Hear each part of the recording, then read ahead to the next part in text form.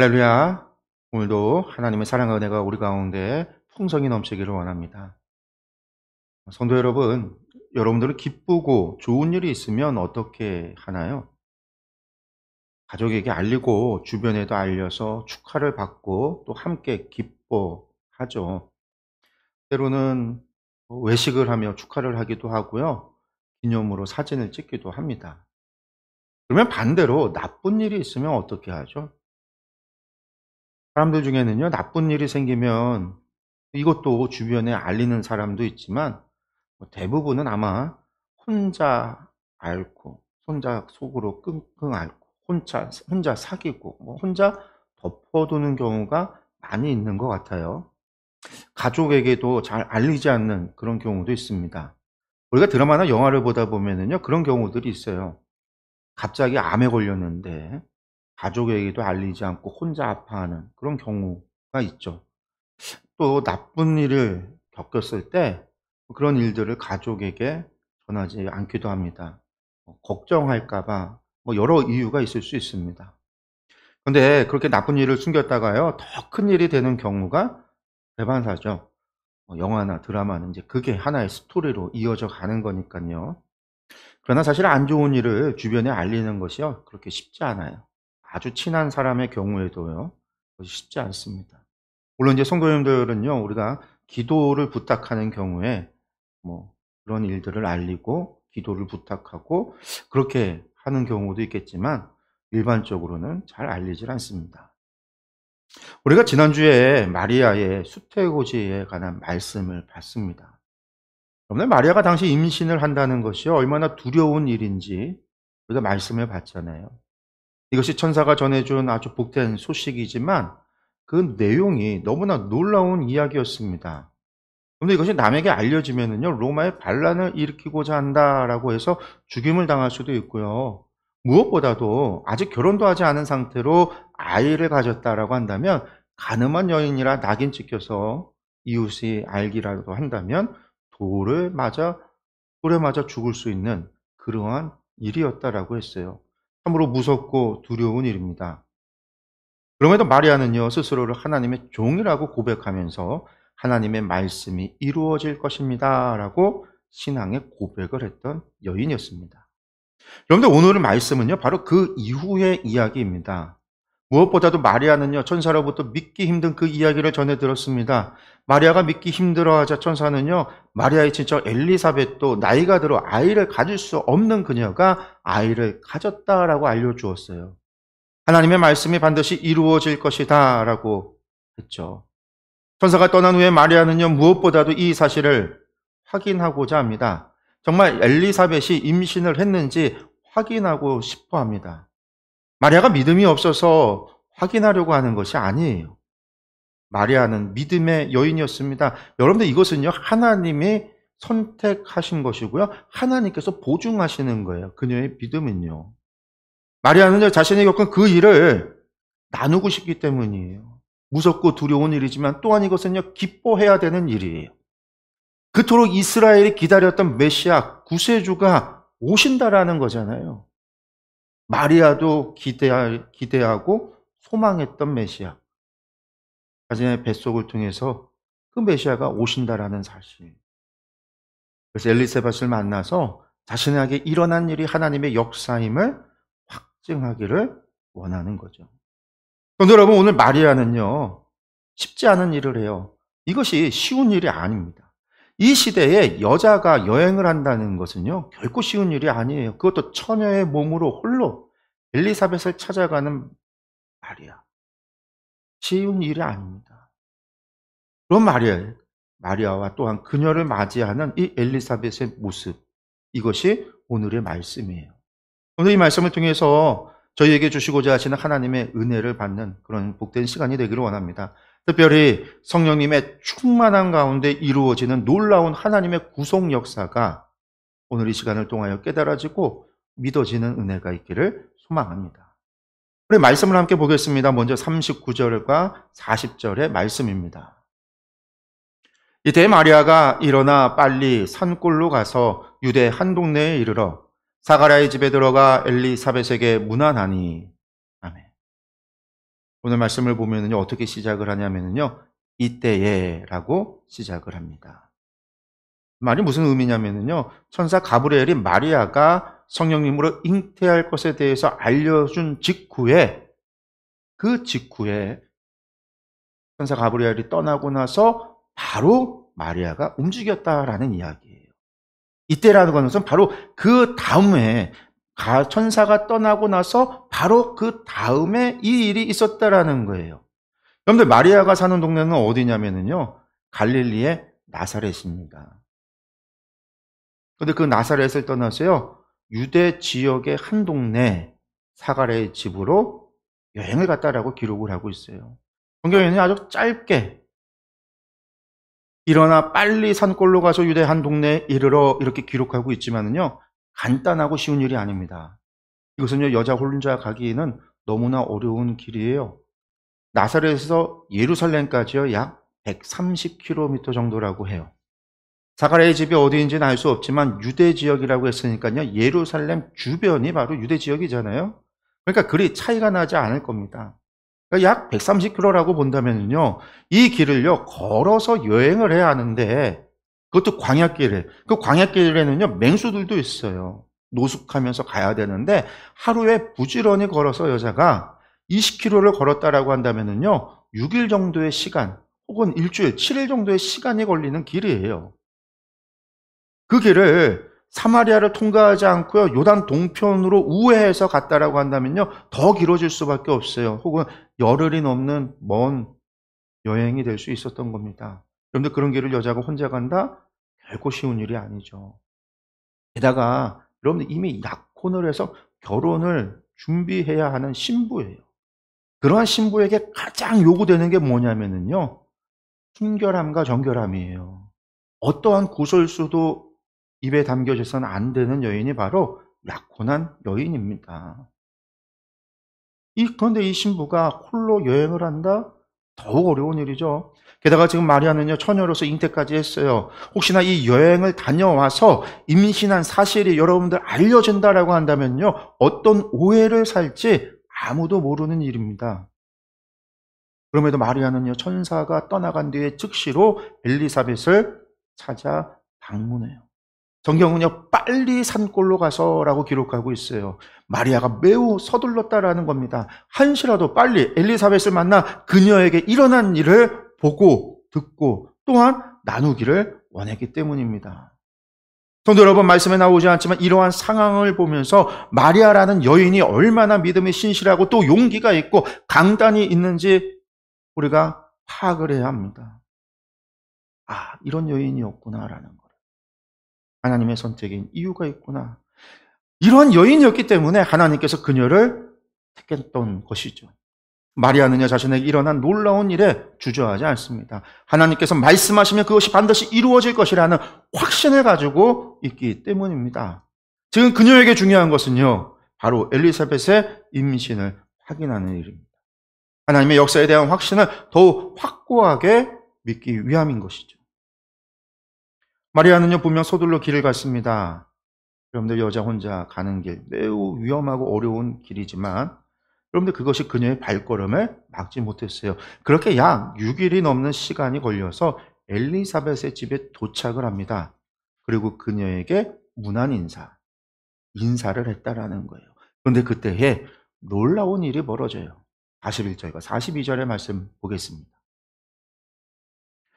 엘리사벳이 마리아가 문안함을 들음에 아이가 복중에서 뛰노는지라. 엘리사벳이 성령의 충만함을 받아 큰 소리로 불러 이르되 여자 중에 내가 복이 있으며 내 태중의 아이도 복이 있도다. 아멘. 여러분들, 문안을 했다라는 것은요, 인사를 전했다라는 거죠. 그러니까 이제 막 인사를 한 거예요. 엘리사벳은 나이가 많았으니까 아마 마리아하고 친척 관계라고 하는데 어떤 관계인지 아무도 몰라요. 왜냐하면 엘리사벳은 아론의 후손이고 마리아는 유다 지파 사람이란 말이에요. 아마 그 위로 올라갔을 때 아마 사돈 관계가 있었던 것이 아닐까. 그래서 먼 친족 정도 될 것 같은데 나이가 많으니까 아마 할머니 뻘이지 않았을까요? 아마 할머니 안녕하세요. 뭐 이런 인사를 했었던 것 같아요. 이제 막 인사를 했다라는 거예요. 문안 인사. 어떤 자세한 대화를 하거나 나눔을 한 이후의 이야기가 아닙니다. 근데 인사를 했을 뿐인데요. 놀라운 일이 일어나요. 여러분들 엘리사벳이 지금 임신한 지 여섯째 달이라고 했어요. 여섯 달이라고 하면은요. 임신 24주 차가 됐다라는 이야기죠. 근데 임신 24주 차가 되면은요. 뱃속의 아이가 약 한 30cm 정도 된다고 해요. 요만큼. 대부분의 장기는 형성이 되지만은요. 그렇다고 완전히 다 된 건 아니에요. 피부가 투명해서 혈관이 다 보이고 막 그런 때가 24주 차래요. 그런데 그 24주 차 정도만 돼도요. 바깥의 상황에 아이가 뱃속에서 반응을 해요. 발로 차기도 하고 움직이기도 하고 그렇다라고 그래요. 저는 이제 임신 안 해 봐서 모르는데 제가 이제 검색을 하고 찾아보니까 그렇다는 거예요. 근데 이 엘리사벳의 뱃속에 있던 아이가 갑자기 뱃속에서 뛰놀기 시작을 해요. 표현이야 뛰노는 것이죠. 그냥 발버둥 쳤다라는 얘기죠. 배를 차고 막 갑자기 배가 뱃속의 아이가 뛰놀기 시작을 해요. 엘리사벳은요 이에 대해서 44절에 뭐라고 얘기하냐면 마리아의 문안하는 소리를 듣고 인사하는 소리를 듣고 엘리사벳 할머니 안녕하세요라는 소리를 듣고 이 아이가 기뻐 뛴다라고 이야기를 하고 있어요. 이 작은 아이가 뱃속에서 기쁨으로 뛰놀아요. 여러분들 일어날 수 없는 일입니다. 마리아의 음성을 듣고요. 문안하는 소리를 듣고요. 일어날 수 없는 이유예요. 없는 일이에요. 그 이유는 엘리사벳의 복중에 있는 아이는 아직 24주 차밖에 되지 않은 아이니까 마리아의 음성을 알겠어요. 누굴 알겠어요. 그런데 그런 일이 벌어졌어요. 왜 이런 일이 벌어졌는가? 엘리사벳의 복중에 있는 아이가 마리아를 통해서 오실 예수님을 기쁨으로 맞이하고 있기 때문입니다. 구세주 예수 그리스도의 오심에 반응하고 있는 거예요. 여러분들 이 모든 일은요 엘리사벳이 성령의 충만함을 받아서 일어났다라고 누가사도는 기록하고 있죠. 즉 그녀가 인지하고 그녀의 생각으로 이야기하는 것이 아니라 성령님의 충만함을 받아서 성령님으로 지금 일어나고 있는 일에 대해서 이야기하고 있는 거예요. 내 뱃속에 아이가 지금 왜 기뻐 뛰고 있는지. 아니 세상 사람들의 눈에는요 아이가 뱃속에서 발길질하고 주먹질하고 발버둥 치고 있는 그 모습이지만 성령님의 충만함을 받은 엘리사벳은요 성령님께서 그 아이가 뱃속에서 기뻐 춤추고 있다라고 이야기하고 있는 거예요.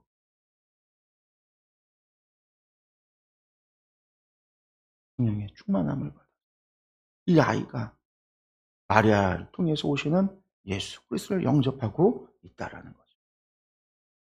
그리고 성령의 충만함을 받았기 때문에 엘리사벳이 인사하는 소리, 문안 인사하는 것 그것만을 들었을 뿐인데 엘리사벳은요 마리아가 임신했다라는 사실을 알아요.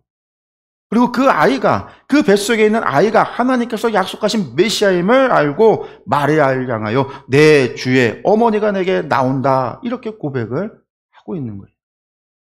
성도 여러분 이 모든 일이 엘리사벳이 용하기 때문이 아니에요. 무슨 텔레비전에 나오는 점쟁이처럼 사람이 문만 열고 들어오면 점쟁이가 다 맞추듯이 엘리사벳이 용해서 그런 것이 아닙니다. 엘리사벳이 무슨 점쟁이나 무당과 같아서 집에 들어와 인사하는 마리아를 보자마자 알아서 술술술 이야기하고 있는 것이 아니에요. 성령의 충만함을 받아서 이루어지고 있는 일입니다. 성령님께서 엘리사벳을 통하여 말씀하고 있는 거예요. 엘리사벳의 의지로 하는 것이 아니라 성령님께서 엘리사벳을 통하여 고백하고 말씀하는 겁니다. 엘리사벳을 지배하여 하시는 말씀이에요. 그럼 도대체 여러분들 성령의 충만함을 받는다라는 거, 엘리사벳이 성령의 충만함을 받았다고 했는데 성령의 충만함을 받는다라는 것이 무엇일까요? 예전에 말씀드린 적이 있지만 다시 한번 설명을 하고자 합니다. 그런데 사도 바울의 에베소서 5장 18절의 말씀을 보면은요, 사도 바울은 다음과 같은 말씀을 하고 있어요. 말씀 함께 보겠습니다. 술 취하지 말라 이는 방탕한 것이니 오직 성령으로 충만함을 받으라. 아멘. 말씀 기억이 나시나요? 사도 바울은요, 성령의 충만함과 지금 무엇을 비교하고 있냐면은요, 술 취하는 것과 비교하고 있어요. 술 취하지 말라 이것은 방탕한 것이니 오직 성령의 충만함을 받아라. 취하는 것과 충만함이 서로 비교되고 있습니다. 사도 바울이 왜 이렇게 비교하여 표현을 할까요? 여러분 술을 많이 마시면 취하죠. 많이 안 마셔도요. 한 잔만 마셔도 취하는 사람들이 있는데 어쨌든 술을 많이 마시면은요 취하게 됩니다. 다른 말로 이야기해서 술을 충만하니 마시면은요 취하는 거예요. 술이 충만해지면 취하는 거예요. 그러면 어떻게 되냐면요 술의 지배를, 알코올의 지배를 받아요. 나는 똑바로 가고 싶은데요 비틀비틀거려요. 술에 취한다는 것은요 술의 지배를 받는 것과 마찬가지입니다. 나는 똑바로 말하는 것 같은데요 내 입술이 내 생각과 내 의지대로 안 돼요. 주절주절 계속해서 떠들어요. 나의 행동이요 내 마음대로, 내 생각대로, 내 의지대로 되질 않아요. 그게 성령, 술에 취한 거예요. 술에 지배를 받는 거죠. 성령의 충만함을 받는 것도 이와 같아요. 성령님이 내 안에 넘치도록 부어지는 것이라 이렇게 생각하는 사람들이 많이 있지만요. 여러분들 이것은요 잘못된 생각입니다. 무슨 성령님이 무슨 자동차 기름 넣는 것처럼 만땅으로 채워지는 그런 에너지가 아니에요. 우리 성령님은 인격이시다라고 우리가 고백하잖아요. 또한 성령님은요, 우리가 주님을 믿으면은요, 이미 우리 안에 내재하고 계세요. 이미 우리 안에 계시다라는 거예요. 그럼 우리 안에 계신 성령님께서 충만해진다라는 게 지금 들어와 있는 성령님은 조그만한데 그 성령님이 커지고 자라나서 우리만큼 커져서 우리의 몸짓을 우리보다 더 커지는 뭐 그런 상태를 이야기하는 건가? 그런데 그것도 아니에요. 무슨 성령님이 우리 가운데 발 한 짝만 이렇게 살짝 넣어놓고 충만해진다라는 거는 발 한 짝에서 우리 몸으로 점점 많이 들어오는 것을 이야기하는 건가? 그런데 그것도 아닙니다. 성령님은요, 우리가 믿었을 때 이미 우리 가운데 내재하고 우리 가운데 계시는 거예요. 우리 가운데 계시는 것과 성령 충만한 것은 다르다라는 거예요. 사도 바울은 오늘요, 술 취함으로 비유해서 술에 취하는 것이 술의 지배를 받는 것처럼 성령의 충만함이란 우리 가운데 계시고 우리 안에 내재하신 성령님께 우리가 지배를 받는 것, 그것을 의미하는 겁니다. 성도 여러분, 방언기도 아시죠? 순복음교단 같은 경우는요, 교회들은 방언기도가 성령님을 받은 증거다, 구원의 증거다 이렇게 여겨요. 물론 이것은요 잘못된 생각입니다. 은사라고 하는 것은 하나님의 뜻에 따라서 다양하게 주어지는 거예요. 성령님이 오셨다고 모든 사람이 방언하는 것도 아니에요. 내가 결정하는 게 아니라 하나님의 뜻에 따라서. 사도 바울은 분명하게 이야기합니다. 하나님의 뜻에 따라서 우리에게 은사를 준다고. 방언도 주고 통변도 주고 예언도 주고 신유도 주고 지혜도 주고 지식도 주고 가르치는 은사도 주고 하나님의 뜻에 따라 주어지는 것이. 방언이라는 한 가지 은사로만 주어지는 것은 아닌데 방언은요 우리 주변에서 흔히 볼 수 있고 가장 대중적이고 또 눈에 띄기 때문에 그래서 방언의 은사를 성령님의 증거로 여기는 거예요. 그런데 이 방언이요 우리가 하고 싶다고 그냥 되는 것이 아닙니다. 물론 방언의 은사를 받은 분들이요 방언 기도로 기도를 해야지 하고 기도할 수 있어요. 그런데 방언 기도라는 것은요 성령님께서 나의 입술을 주관하셔서 방언으로 하나님께서 원하시는 기도를 하게 하는 게 방언 기도예요. 오순절 사건에서 사도들이 방언으로 예수님을 증언할 때 그들이 방언으로 기도한 게 아니라 방언으로 예수님을 증언했어요.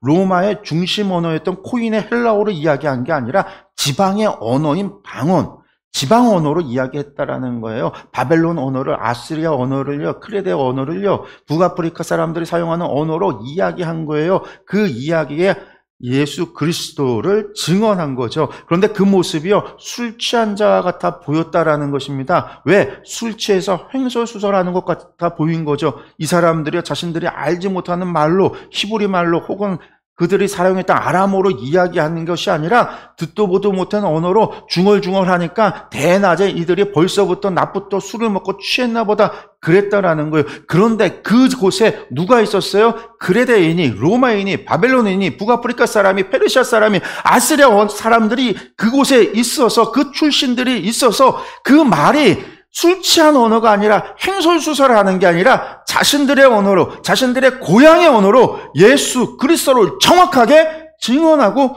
있었다라는 거예요. 그래서 저들이 술 취한 게 아니라 성령의 충만함을 받아서 성령님의 지배를 받아서 예수 그리스도를 자신들의 언어로 증언한다라는 거예요. 여러분들 성령의 충만함을 받는다라는 것은 이와 같습니다. 성령님의 지배를 받는 거예요. 그럼 누가 성령님의 지배를 받느냐? 그것은요, 언제나 성령님의 말씀에, 우리 가운데 내재하시는 성령님의 말씀에 귀를 기울이고 순종하는 사람들입니다. 엘리사벳이 하나님 앞에 의인이었던 것은 그녀가 언제나 하나님의 음성에 귀를 기울이고 그 말씀에 순종하며 살았기 때문인 거예요. 그랬던 여인이었기에 성령의 충만함을, 성령님의 지배를 받고 있는 거죠. 성도 여러분, 성령님은요, 먼 곳에 계신 분이 아닙니다. 하늘에 계신 분도 아니에요. 성령님은 지금 우리 안에 나와 함께하고 있습니다. 우리와 함께하고 있어요. 믿는 성도 여러분들 가운데 성령님이 이미 내재하고 계십니다. 우리가 성령님의 음성에 귀를 기울이고 그 말씀하심에 순종할 때에 우리는요, 성령님의 뜻이 우리 안에서, 우리의 삶 가운데에서 실현되는 것을 볼 수 있어요. 이것을 가리켜서 성령님의 지배를 받는다라고 이야기하는 겁니다. 성령님이 지배한다는 것은요, 성령님의 뜻이 실현된다라는 의미이기 때문입니다. 여러분들, 이것이 성령 충만의 의미입니다. 어떤 부흥의 때나 잠시 충만해지는 것이 아니라 언제나 내 삶 가운데 충만한 삶을 산다는 것. 여러분들, 이것은요, 내 삶 속에서 내가 성령님의 지배를 받는다라는, 성령님의 의지에 내가 순종하며 살아간다라는 것을 의미하는 거예요. 여러분들, 이것을 기억하시기 바랍니다. 엘리사벳은요, 지금 성령님의 지배를 받고 있습니다. 그렇게 그녀가 하는 말은요, 성령님께서 엘리사벳의 입술을 빌어 하시는 하나님의 말씀이에요. 마리아가 자신의 임신을 알리지 않아도 엘리사벳은요, 성령님의 충만함 속에서 마리아와 그 뱃속의 아이를 축복하죠. 여자 중에 내가 복이 있으며 내 태중에 아이도 복이 있도다. 놀라운 일이에요. 그런데 아직도 놀랄 일이 더 있습니다. 43절과 44절의 말씀입니다. 내 주의 어머니가 내게 나오니 이 어찌 된 일인가? 보라, 내 문안하는 소리가 내 귀에 들릴 때에 아이가 내 복중에서 기쁨으로 뛰놀았도다. 아멘. 계속해서 엘리사벳이 성령님의 충만함 속에서 이야기합니다. 내 주의 어머니가 내게 나오니. 마리아가 오는 것을 보고요, 뭐라고 얘기하냐면 내 주의 어머니가 내게 나오니라는 거예요. 여기서 주라는 말은요, 헬라어로 큐리오스입니다. 큐리오스는요, 주인이라는 의미예요. 혹은 하나님을 의미하기도 해요. 히브리어로는 아도나이인데 구약에서 아도나이 주님은 하나님을 향해서 사용했다. 하나님의 이름을 못 쓰니까 아도나이, 주님이라고 불렀어요. 그것이 헬라어로 큐리오스입니다. 또한 로마 시대 때는요, 큐리오스는요, 로마의 황제를 가리키는 말이기도 했어요. 로마의 주인이다라는 거죠. 그러니 지금 엘리사벳이 지금 내 주의 어머니가 라고 말하는 것은요, 마리아가 임신한 그 아이가 누구라는 거예요? 로마 황제가 아닌 참된 왕, 이스라엘이 기대하고 고대하고 소망했던 유대의 왕, 메시아임을 의미하고 있는 겁니다. 그렇습니다. 엘리사벳은요, 지금 성령님의 충만함 속에서 마리아의 복중에 있는 아이가 바로 선지자들이 예언하고 이스라엘이 기다렸던 메시아임을 증거하고 있는 거예요. 그렇게 엘리사벳의 뱃속에 있는 아이 세례 요한이 기쁨으로 맞이하고 있는 거죠. 여러분들, 이것이 의미하는 것은 매우 큽니다. 누가는 앞서 세례 요한의 탄생은 말라기 선지자의 예언의 성취라고 그랬어요. 그 예언된 아이 세례 요한이라는 거죠. 그런데 그 아이가 지금 장차 오실 메시아, 참된 하나님의 아들이신 주님의 오심을 예비한다라고 했는데, 이 아이가 지금 그 주님을 맞이하고 있다라는 거예요. 비록 두 어머니의 뱃속에 있지만 두 아이의 만남은 구약의 예언자들이 예언했던 그 선지자가 장차 오실 주님을 영접하고 있는 바로 그 사건인 거예요. 구약의 예언자들이 보고 싶었던, 그들이 꿈꾸고 소망했던 메시아의 오심을 세례 요한이 어머니의 뱃속에서 영접하고 기뻐하고 있다라는 거예요. 이것이 성령의 충만함 속에서 이루어진 성령님께서 증거하시는 일입니다. 성도 여러분, 누가사도는요, 이 모든 일이 성령의 충만함 속에서 이루어진 하나님의 구원의 역사라고 증거하고 있습니다. 그렇습니다. 하나님의 구원의 역사입니다. 구약의 예언자들을 통하여 예언하셨던 구세주의 약속이 성취되고 있음을, 이미 구세주가 이 땅에 오셨음을 증거하고 있습니다. 그런데 여러분, 예수님이 바로 우리를 죄악에서 구원하실 구원자 메시아입니다. 이 메시아를 헬라어로 그리스도다라고 부릅니다. 예수 그리스도, 예수님께서 바로 구원자이시다라는 것이죠.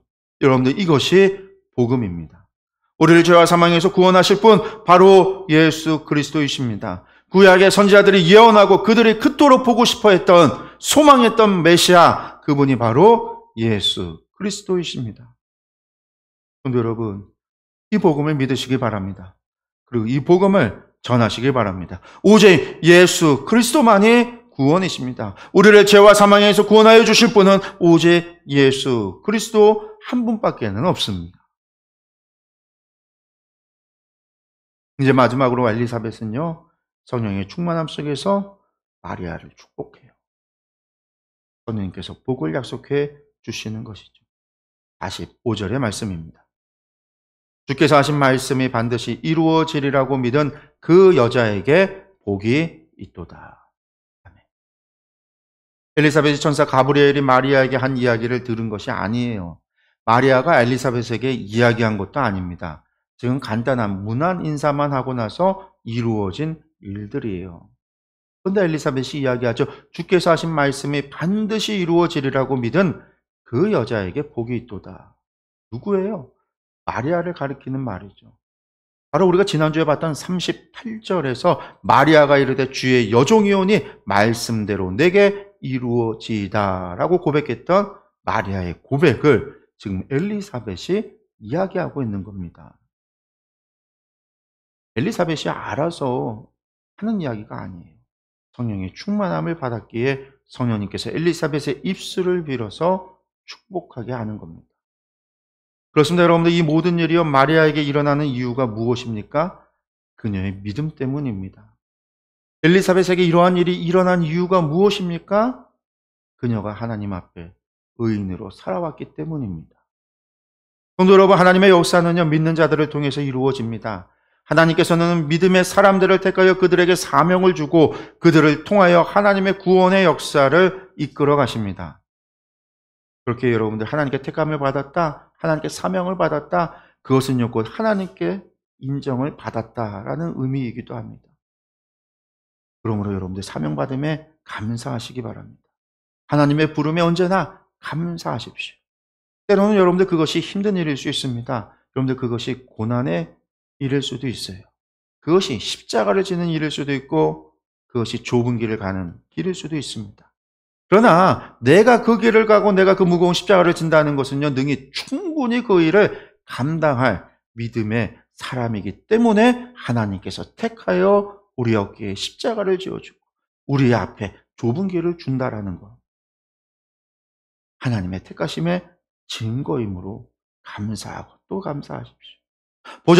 보잘것없는 나, 세상에서 유리방황하다 죄 가운데 죽어서 영원한 불목 가운데 던져질 나를 택하신 하나님의 귀한 사명임을 여러분들 기억하시고, 이것이 하나님께서 나에게 생명을 주시고자, 하나님께서 나에게 복을 주시고자, 하나님께서 나를 택하여 부르신 은혜임을 깨달으시기 바랍니다. 우리가 언제나 이러한 신앙과 우리가 언제나 이러한 믿음을 갖는다라고 한다면요, 우리가 세상에 하나님의 그 뜻 가운데서 이루어지고 있다라는 사실을 깨닫는 그러한 눈이 영안이 띄어진다라고 한다면요, 우리도 성령의 충만한 가운데 하나님의 놀라운 역사에, 그 구원의 역사에 주인공이 될 수 있습니다.